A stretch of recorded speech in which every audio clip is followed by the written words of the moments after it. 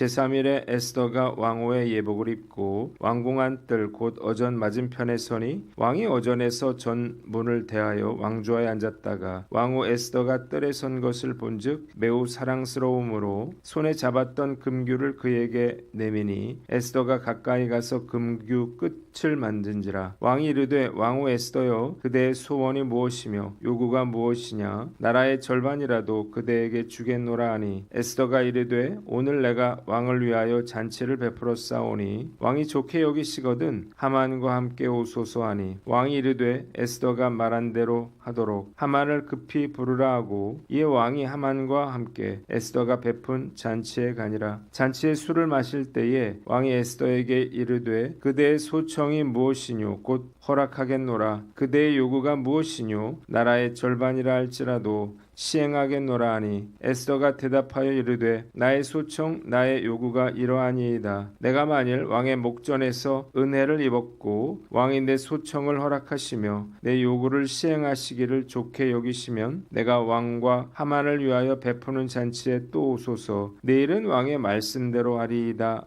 아니라. 그날 하만이 마음이 기뻐 즐거이 나오더니 모르드게가 대궐문에 있어 일어나지도 아니하고 몸을 움직이지도 아니하는 것을 보고 매우 노하나 참고 집에 돌아와서 사람을 보내어 그의 친구들과 그의 아내 세레스를 청하여 자기의 큰 영광과 자녀가 많은 것과 왕이 자기를 들어 왕의 모든 지방관이나 신하들보다 높인 것을 다 말하고 또 하만이 이르되 왕후 에스더가 그 베푼 자리에 왕과 함께 오기를 허락받은 자는 나밖에 없었고 내일도 왕과 함께 청함을 받았느니라. 그러나 유다 사람 모르드게가 대궐문에 앉은 것을 보는 동안에는 이 모든 일이 만족하지 아니하도다 하니 그의 아내 세레스와 모든 친구들이 이르되 높이가 50규빗 되는 나무를 세우고 내일 왕에게 모르드게를 그 나무에 매달기를 구하고 왕과 함께 즐거이 잔치에 가소서 하니 하만이 그 말을 좋게 여기고 명령하여 나무를 세우니라. 아멘. 오늘은 에스더서 5장 말씀을 가지고 에스더 왕 앞에 나아가다 라고 하는 제목으로 묵상 나눔하도록 하겠습니다. 먼저 1절로 4절에는 왕의 호의를 얻은 에스더에 대해서 나와 있습니다. 3일간의 금식 기도가 끝난 후에 에스더는 왕후의 예복을 입고 단장을 하고 대궐 안뜰로 들어갔습니다. 그때 왕은 어전 안에 왕좌에 앉아 문 쪽을 바라보고 있었는데 왕은 에스더가 뜰에 서 있는 것을 보고 그녀의 아름다움에 사로잡혀 가지고 있던 금규를 에스더에게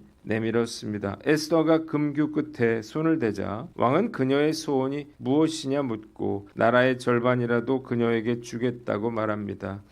에스더는 내가 왕을 위해 잔치를 베풀었으니 좋게 여기시면 하만과 함께 오시라고 말했습니다. 본문이 우리에게 주는 교훈이 있는데 기도 응답에 대한 확신을 가져라는 것입니다. 에스더가 왕의 허락 없이 성전 안뜰로 들어간 것은 매우 위험한 일이었습니다. 왕이 이를 보고 불쾌한 기색을 보이거나 혹은 금규를 내밀어서 그녀를 반기지 않는다면 에스더는 왕의 부름 없이 왕에게 다가간 죄로 국법에 의해 처형될 수밖에 없었기 때문입니다. 왕 와스디가 왕의 명령을 어기고 왕 앞에 나타나지 않았다가 왕의 진노를 사서 폐위되었는데 에스더 역시 왕의 명령 없이 왕 앞에 나타났다가 어떤 화를 당할지 알 수가 없었습니다. 그러나 놀랍게도 아수에로 왕은 자신의 눈에 갑자기 들어온 왕후 에스더를 보고 왕후의 아름다운 모습에 사로잡혔고 금규를 그녀에게 내밀고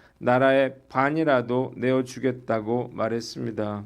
그녀는 가장 위험한 순간에 왕의 호의를 입었습니다. 이것은 우연히 일어난 일이 아니라 모르드게와 유다 백성들의 간절한 기도와 죽음을 각오한 에스더의 신앙과 기도에 대한 하나님의 응답이었습니다. 기도는 반드시 응답된다는 사실을 깨달으시기를 바랍니다. 왜 성도들이 기도하지 않나요?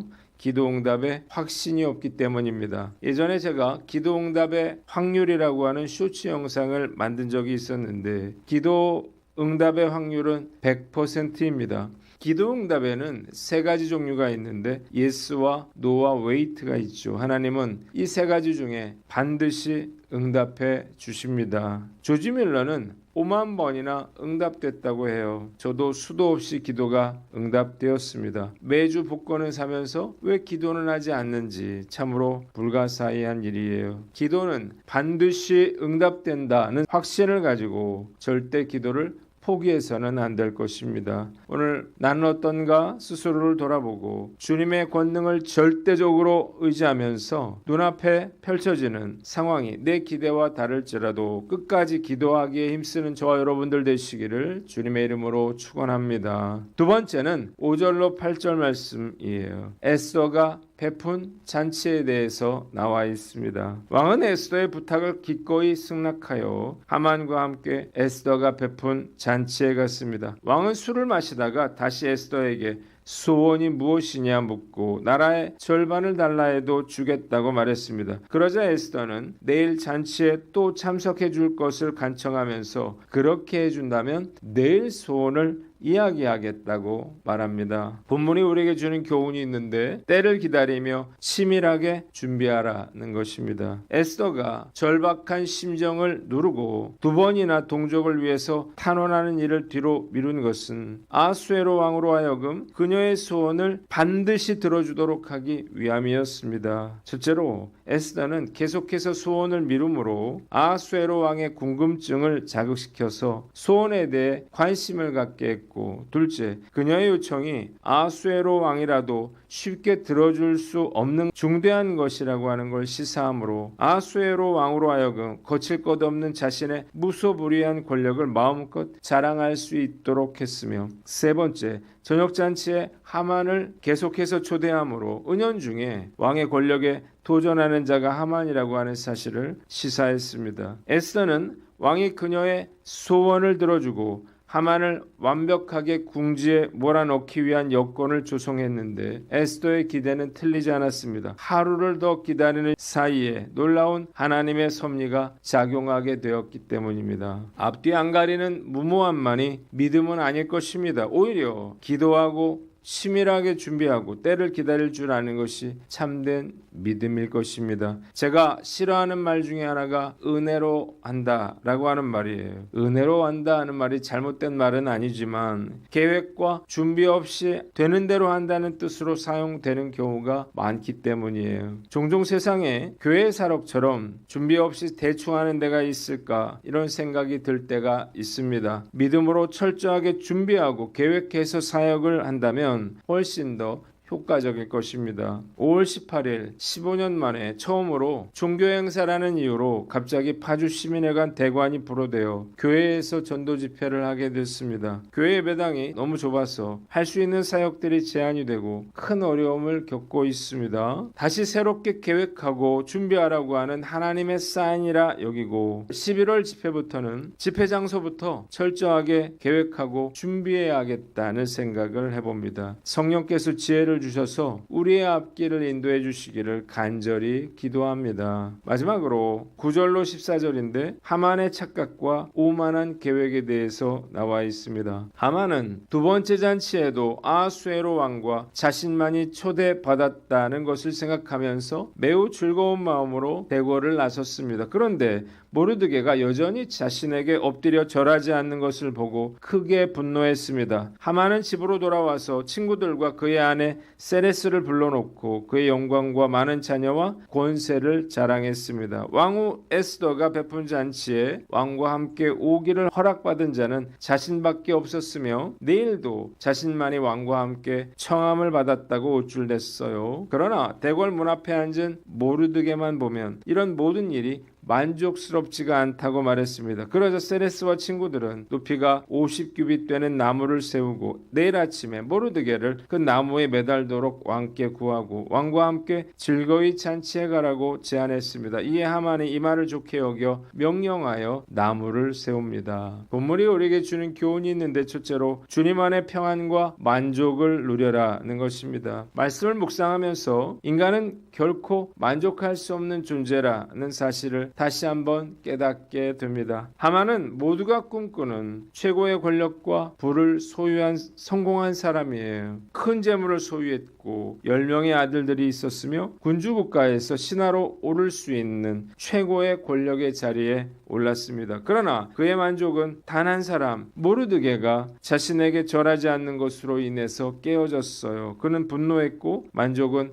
한순간에 사라지고 말았습니다. 모든 것을 다 갖춘 사람은 단 한 사람도 없습니다. 어느 누구나 부족한 점이 있고 힘든 일이 있게 마련인 것입니다. 또한 만족과 평안은 소유나 권력에서 나오는 것이 아니라는 사실을 알아야 합니다. 저는 이 사실을 잘 알고 있어요. 그래서 헛된 세상의 성공과 명예를 쫓지 않고 주님께서 주시는 평안과 만족을 쫓으며 살아왔습니다. 그래서 세상이 줄 수 없는 기쁨과 만족과 평안을 누리며 살아갈 수가 있었습니다. 정말 감사한 일이 아닐 수 없죠. 세상의 그 어떤 것도 나에게 참 만족과 평안을 줄 수 없다는 사실을 알고 오직 주님 안에 참 평안을 누리며 살아가는 저와 여러분들 되시기를 바랍니다. 두 번째는 내일을 자신하지 말라는 것입니다. 자신이 죽음의 잔치에 초대된 줄도 모른 채 하만은 친구들과 아내에게 자신의 부와 주의, 많은 자녀, 권세와 명성이 왕에 견줄 만큼 막강하다고 자랑을 늘어놓았고 모르드게를 죽이기 위해서 장대를 만들었습니다. 결과가 무엇인가요? 모르드게가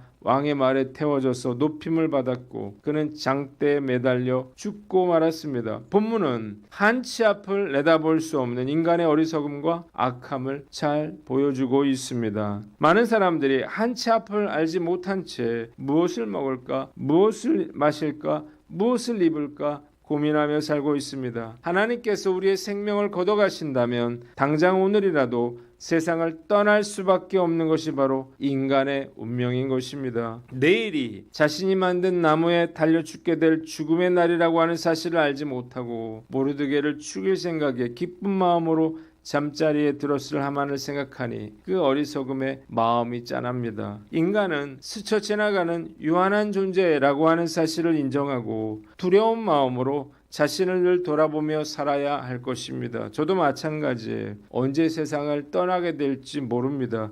잠시 눈앞에 보이다가 사라지고 말 이 세상의 것들로 인해서 지나치게 기뻐하거나 슬퍼하지 말고 영원한 하나님의 나라를 세우는 일에 관심을 가지고 살아야 하는 것입니다. 주님 앞에 서려면 세상에 헛된 것에 마음을 빼앗기지 않고 작은 악이라도 저지르지 않도록 경계하며 살아야 할 것입니다. 오늘 이 세상을 떠나도 두렵거나 아쉽지 않도록 우리에게 맡겨주신 사명을 충성되게 잘 감당해 나가는 저와 여러분들 되시기를 주님의 이름으로 축원합니다. 기도하겠습니다. 하나님 아버지, 기도응답의 확신을 가지고 때를 기다리며 치밀하게 준비하며 세상 것에 마음을 빼앗기지 않고 천국을 소망하며 살게 하여 주시옵소서.